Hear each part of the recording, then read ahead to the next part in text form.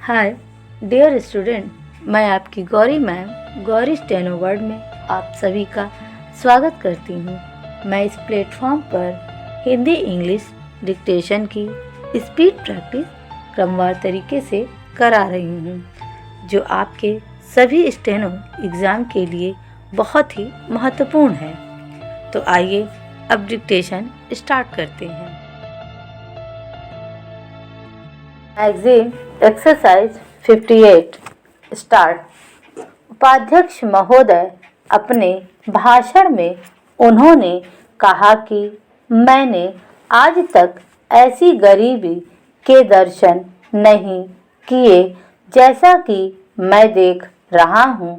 ऐसी गरीबी जब हम स्वतंत्र नहीं थे तब अवश्य देखने को मिलती थी, लेकिन स्वतंत्रता के पश्चात मैं पहली बार ऐसी गरीबी देश के किसी भाग में देख रहा हूँ। देश के विकास के काम को बढ़ाकर ऐसी ही गरीबी हम हटा सकते हैं। सरकारी उद्योगों की स्थिति अजीब है। हर संभव कोशिश से और सद्भाव बनाकर सरकारी उद्योगों के कर्मचारियों को आप अच्छा वेतन देते हैं और उन्हें रहने का अच्छा स्थान देते हैं, फिर भी घाटा होता है और देश का नुकसान होता है।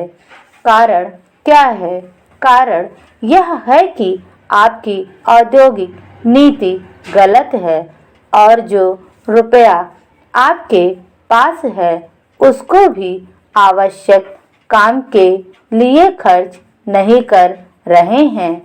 एक तरफ बोकारो के लिए 600 करोड़ रुपया रख रहे हैं और दूसरी ओर राजस्थान नहर को पूरा करने के लिए आप कहते हैं कि हमारे पास पैसा नहीं है।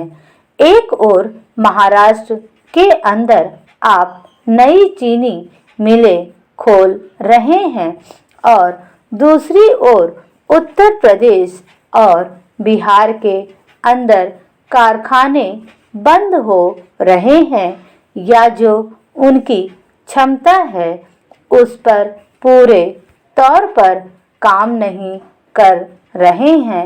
यह कोई औद्योगिक नीति नहीं है, इसलिए यह कहना ठीक नहीं है कि हमारी औद्योगिक नीति सफल हुई है। मंत्री महोदय कहते हैं कि वे सिंचाई के लिए एक सिंचाई आयोग बनाएंगे। अच्छी बात है, मगर सिंचाई की क्या हालत है हमारे देश के अंदर, यह भी तो देखिए। जिस समय हमारे देश में कोसी बांध का काम शुरू हुआ था उस समय पाकिस्तान ने एक बांध पूरा कर लिया था। वहाँ उससे सिंचाई हो रही है और हमारे यहाँ इसका काम आधा भी नहीं हुआ है। राजस्थान नहर शुरू हुए कितने वर्ष हो गए हैं, परंतु अभी भी वह बनी नहीं। हमारे यहाँ कोई ठीक तौर तरीका नहीं है। मंत्रियों और सांसदों के मकानों के लिए करोड़ों रुपए निकल सकते हैं, मगर देश के उद्योग के लिए, देश के किसान और मजदूर के लिए जो रुपया चाहिए वह नहीं मिल सकता। उसके लिए रुपया नहीं दे सकते हैं।